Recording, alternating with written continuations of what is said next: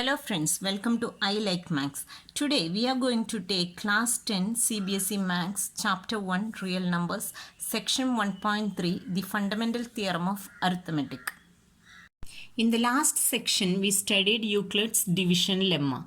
As the name indicates, it is related to division and it is just the representation of dividend in terms of divisor, quotient and remainder. So this concept covered in section 1.2 was very familiar to us, only this term was new. Okay.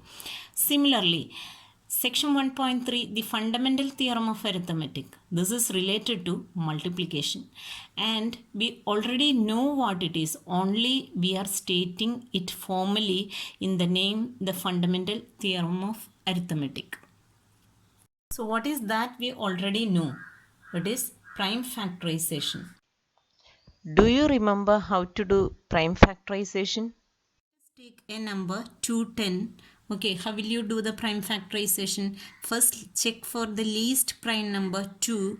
210 can be divided by 2 in this case. So we will get 105. Now 1 plus 5, 6 multiple of 3. So this comes to 5, 35. 35 can be divided by 5. We will get 7. So we divide 7 to get 1.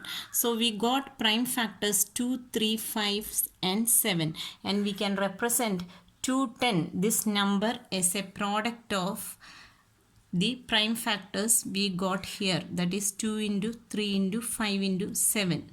So what are these numbers?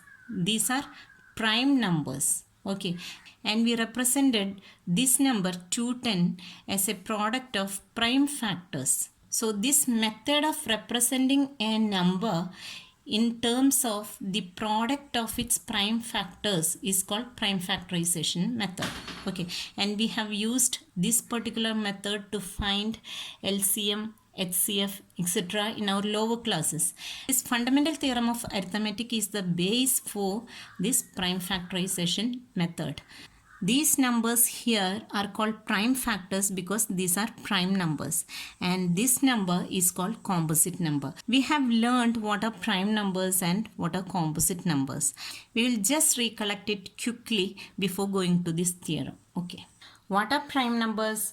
We know prime numbers are 2, 3, 5, 7, 9, 11, 13, etc. Right. So what is the peculiarity of prime numbers? Prime number is a natural number greater than 1 with only two factors. What are they? 1 and the number itself. So prime number will have only two factors, 1 and the number itself. Okay. Now what are composite numbers? Composite numbers are 4, 6, 8, 9, 10, etc. What is the peculiarity of these numbers? Composite number is a natural number greater than 1 with more than two factors. That is, if you take 4, what are the factors of 4? 4 can have factors 1, 2 and 4. So there are three factors. That is, it is a composite number. And a composite number can be represented as a product of its prime factors and that method is called prime factorization method. Here 4 can be represented as a multiple of prime factor 2 as 2 into 2 or it is equal to 2 raised to 2. Okay. We will just recollect some more points related to prime and composite numbers. That is, number 1 is neither prime nor composite.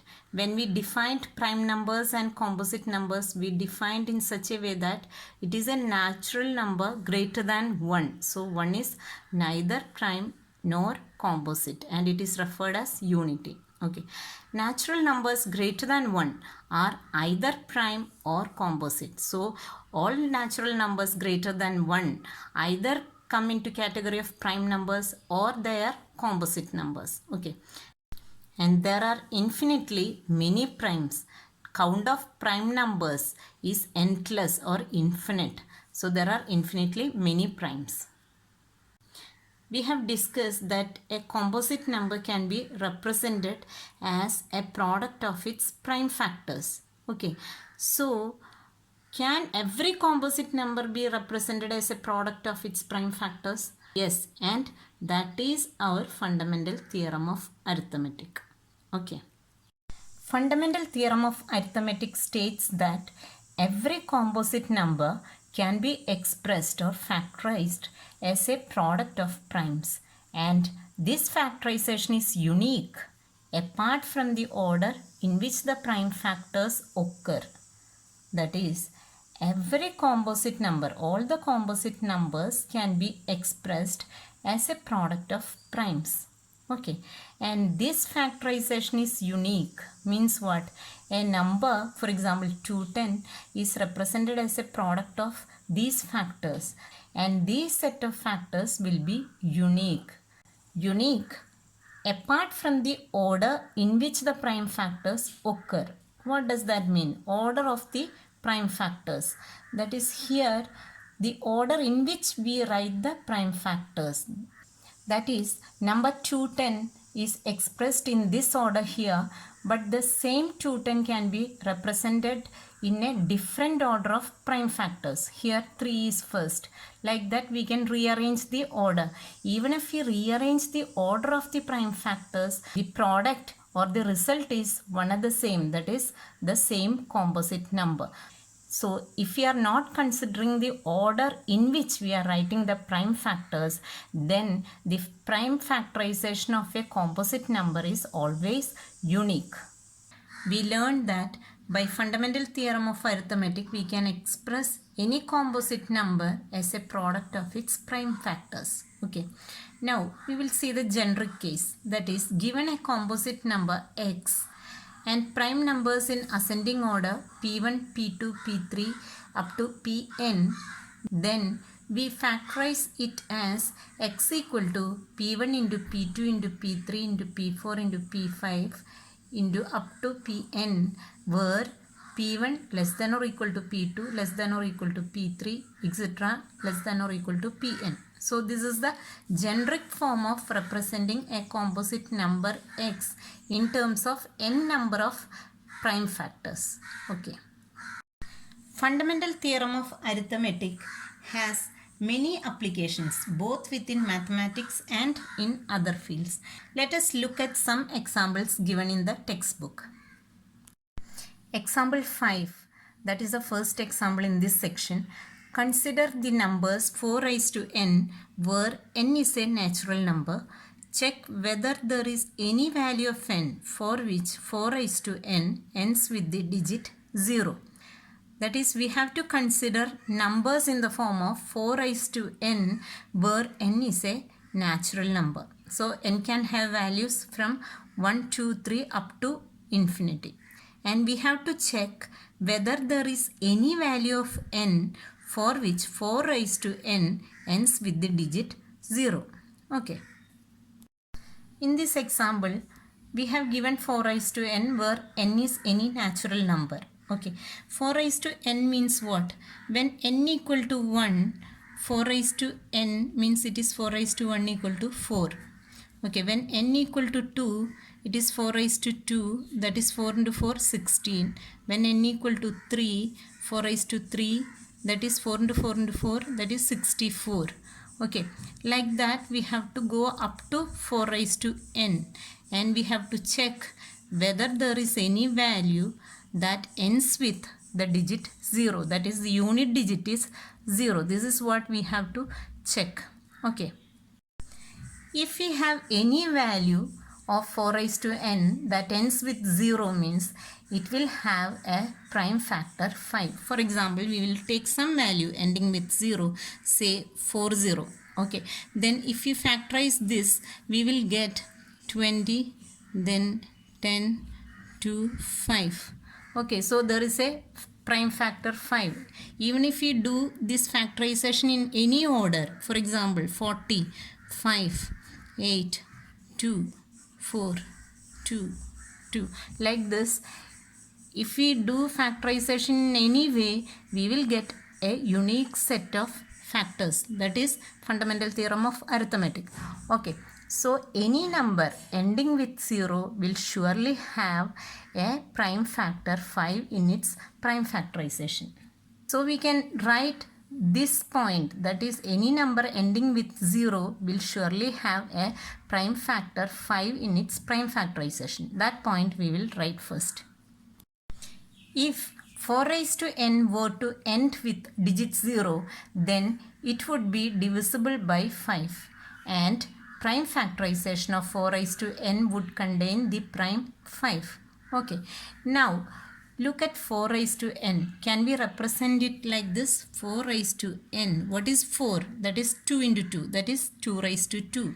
So we can write it as 2 raised to 2 whole raised to n. Okay, which is equal to 2 raised to 2 into n, 2n. Okay, so 4 raised to n can be represented as 2 raised to 2n. What does that mean? 4 raised to n will always have 2 as the prime factor in its prime factorization. That is, here it is 4 raised to n, which can be written as 2 raised to 2 into 1, that is 2 raised to 2. This is 4 raised to 2, that is nothing but 2 raised to 2 into 2, which is equal to 2 raised to 4.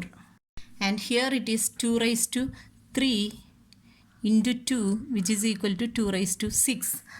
Like this, the prime factorization of 4 raised to n is equal to 2 raised to 2n. Okay. So 5 cannot be a factor of 4 raised to n, and hence 4 raised to n cannot end with digit 0. So let us write the answer. Since 4 raised to n equal to 2 raised to 2n, the only prime in the factorization of 4 raised to n is 2. Since 4 raised to n cannot have 5 in the factorization, it cannot end with the digit 0. Okay. So, whenever similar questions come to check whether x raised to n ends with digit 0, then check if 5 is a prime factor and conclude the answer. Example 6. Find the LCM and HCF of 6 and 20 by prime factorization method. So we already know prime factorization method. We will just find it out. So 6, we can write it as 6 equal to 2 into 3. Okay, what is 20? 20 is 2, 10, 2, 5. So factors are 20 equal to 2 into 2 into 5. Now what is HCF of 6 and 20? It is the highest common factor. So what are the common factors here? Only 2, right? So 2 is the only common factor. So we are writing 2. In case there are more than one common factor, we have to take the product of common factors to find the HCF. Okay. Now what is LCM? LCM equal to, from the common factor we write 2, then the remaining factors, that is 2 into 3 into 5. Okay. So HCF equal to 2 and LCM equal to 2 into 2 4, 4 into 3 12, 12 into 5 60. So we got HCF and LCM. Power of prime factors. Here we have represented 6 equal to 2 into 3 and 20 equal to 2 into 2 into 5. Okay. Now let us write the same in the power of factors. That is 6 equal to 2 raised to 1 into 3 raised to 1. Okay. 20 equal to 2 comes twice. So 2 into 2, that is 2 raised to 2 into 5.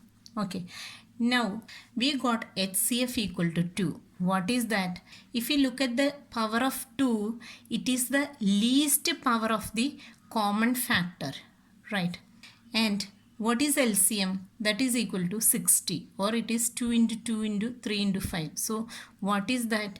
It is the highest power of the factors, prime factors involved in these two numbers. Okay, that is highest factor of 2, that is 2 raised to 2, that is 2 into 2. Then next factor 3, highest power is 1, so 3, and next is 5, that is 5. So we can define HCF and LCM as HCF.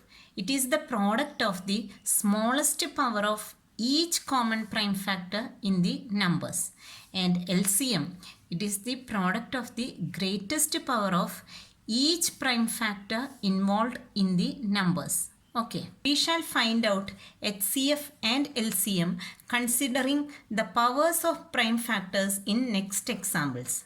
so that this definition will be more clear to you. Example 7. Find the HCF of 96 and 404 by the prime factorization method. Hence find their LCM. So here we have to find HCF of 96 and 404 by the usual prime factorization method. And what about LCM? It is to be calculated from the available information, not by prime factorization method. So what are the available information here? HCF, then two numbers. So with this information we have to find LCM. Is it possible? Yes, it is possible. We will see how is it possible to find LCM without using prime factorization method first and then come back to this example. For any two positive integers a and b, HCF into LCM of a and b equal to a into b. That is HCF into LCM equal to product of the two positive integers. We can verify this with our previous example. That is, we got HCF as 2, LCM as 60. Now we will just find out what is HCF into LCM. Also we will just multiply these two integers. Okay. So HCF into LCM equal to, in our case it is 2 into 60. So 2 into 60 equal to 120. Now this is LCM. Next is product of two numbers. What are the two numbers? 6 and 20. So 6 into 20 equal to, again it is 120. So the values are same. Hence we verified that HCF into LCM equal to product of the two numbers based on the values from example 6. Okay. We can use this result to find the LCM of two positive integers if we have already found HCF. Okay, so in example 7, we will apply this result to find LCM. Also, please note that this equation or this formula holds true only when number of integers is 2. When number of integers is more than 2, their product may not be equal to the product of their HCF and LCM. So we have to apply this only when we have only two positive integers. Okay. Coming back to example 7, first we will find the HCF of 96 and 404. So doing prime factorization of 96, okay, 2 is a factor. So 48, 2, 24, 2, 12, 2, 6, then 2, 3, 3, 1. So these are the factors of 96. And what about 404? 404, 2, 202, 2, 101. So 101, it is a prime number. So we can represent these two as a product of prime factors. So 96 equal to how many 2?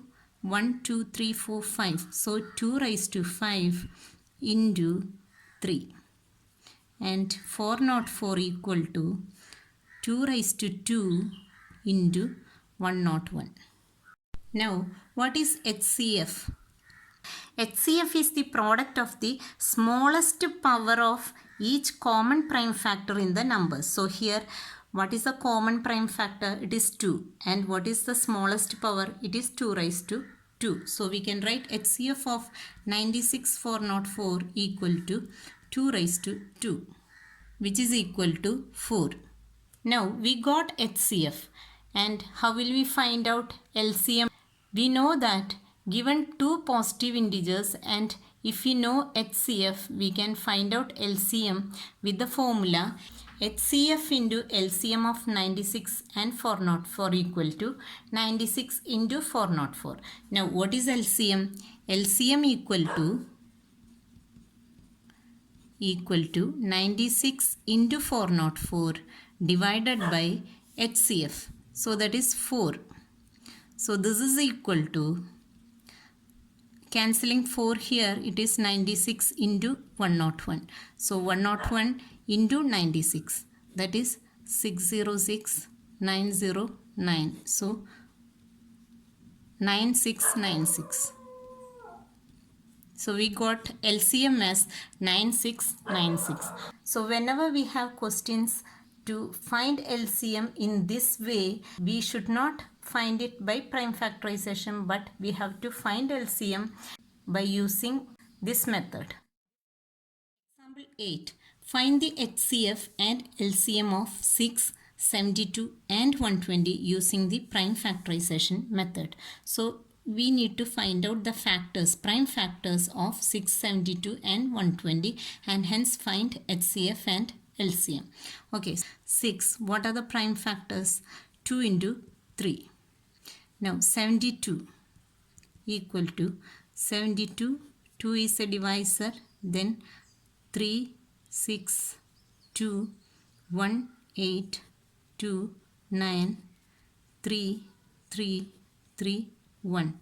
So we got factors of 72 as 2 raised to 3 into 3 raised to 2. Now 120 equal to 120, 260, 230, 215, then 3, 5, 5, 1. So factors 2 raised to 3 into 3 into 5. Okay. Now what is HCF?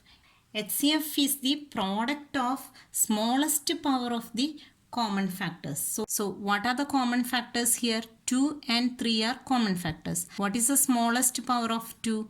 1. So 2 raised to 1, that is 2 into, next 3. What is the smallest power? 1. So 3. So 2 into 3 equal to 6 is the HCF. And LCM equal to the product of greatest power of each prime factor involved in the numbers. Okay, so what are the prime factors? 2, 3 and 5. Now We have to find the greatest power. 2 raised to 3 into 3, 3 raised to 2 into 5. So this is equal to 2 raised to 3 is 8 into this one 9 into 5. 8 into 9, 72 into 5, 360. We found both LCM and HCF. This is the answer. In the case of two integers, we found that product of HCF and LCM equal to product of numbers. But in this case, that result will not work out. That is, product of these three integers will not be equal to product of their HCF and LCM. You can just verify that by doing it yourself. Okay. This is the last example in this section. Next is exercise 1.2. That we will see in the next video. Hello friends, topics given in section 1.3 is over. Next is exercise 1.2. We shall cover that in next video. Hope you understood the topics discussed here. Please let us know your comments, clarifications and valuable suggestions through comment box. Thank you very much for watching this video. If you haven't subscribed this channel, please do. If you like this video, please like and share with your friends. Let them too join I Like Maths family. Thank you once again. See you in next video. Bye bye. Take care.